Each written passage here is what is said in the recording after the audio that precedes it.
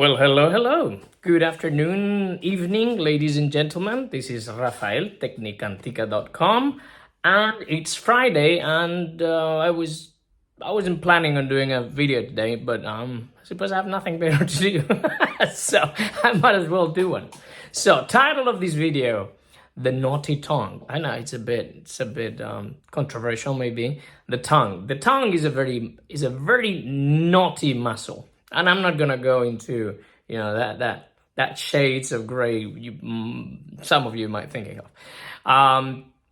The tongue can be quite of a hassle because, as you know, or if you don't know, I tell you, is a muscle that maybe it would look a bit like smaller or thin on the how to say on one end, but actually the root of the tongue is quite thick, right?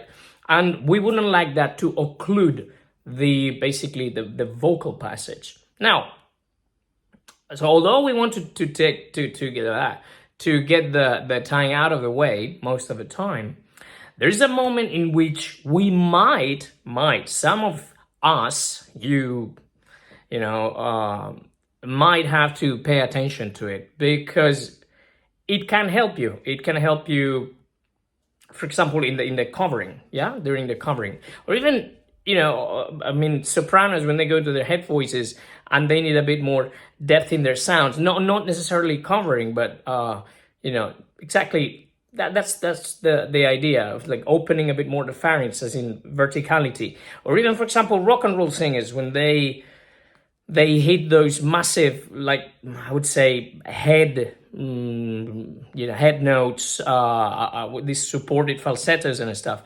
That the root of the tongue, although it shouldn't occlude the passage, it should somehow lower itself. So the base of the tongue should sort of descend a bit.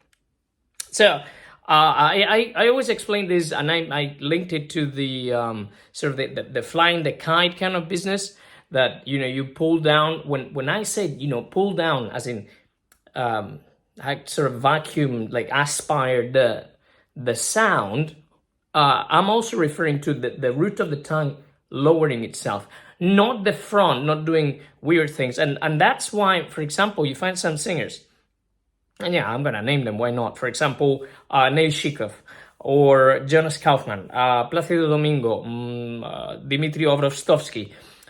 If you see their mouths when they're phonating, they got something like this.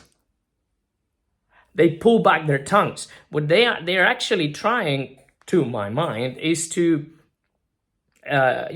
lower the larynx and open that sort of vertical space in their pharynxes.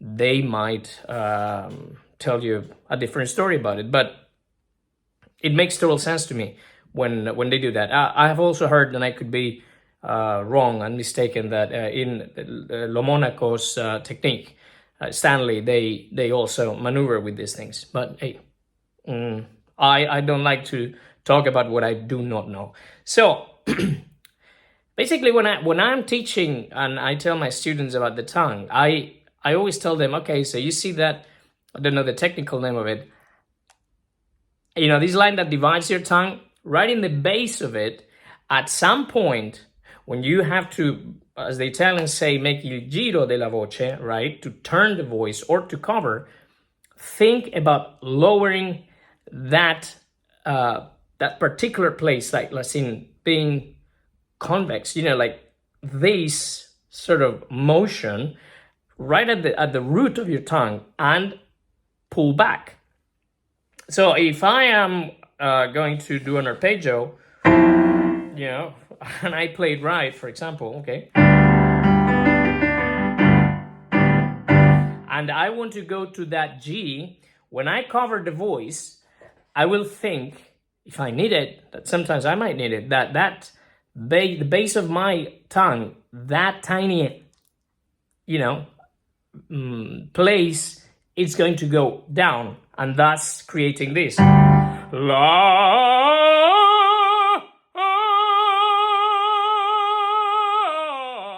And the tongue becomes convex. You know what I mean? Now, this is sometimes needed for people that might not really get a proper, how can I say, lowering of the larynx, and thus the voice doesn't turn. Now, this is not to be confused by pulling back the tongue, because that again can occlude the passage, the voice passage, and yeah, that can be a disaster, because everything is gonna collapse.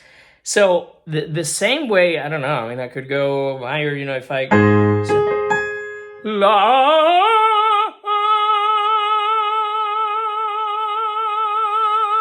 See, I'm pulling back the root of my tongue, ever so slightly, and it's gonna be, see, the tip of the tongue maybe is gonna be resting behind my lower teeth, which is what they advise. I honestly don't pay much attention to it, but the root of the tongue, I get it to lower this way, and even I dare to say that I've seen it in, for example, Mirafiotti's book on Caruso, for example, that the position of the mouth and the tongue. Now, for example, rock and roll singers, or heavy and all that stuff, even musical theater, when they go, for example, you have to sing a high E or an E flat or something, and you go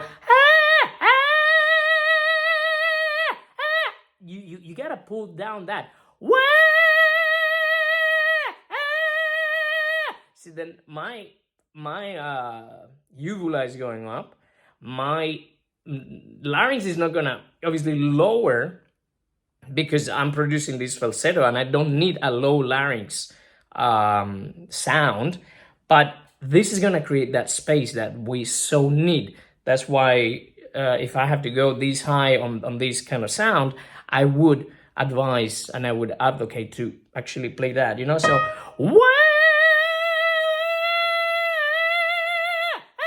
otherwise the sound is gonna become really spready. And of course, without a microphone, this sound is gonna be very weak. Once you add a mic to this, wait and see. This is very similar to what happens to women when they go into their head voice, pure head voice. Again, the more space you got in the back, obviously, the more vertical you are, and then that little pulling motion is going to even get that embolum, wider. I wouldn't say wider, but more exaggerated, up and down that space. We need that. Okay, 7 minutes 40. That's all for today. Have a wonderful weekend. I hope this was helpful. If it wasn't, sorry about it.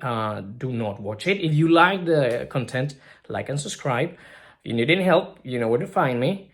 And be careful. Don't be too naughty with your tongues. All right. Have a good one. Bye.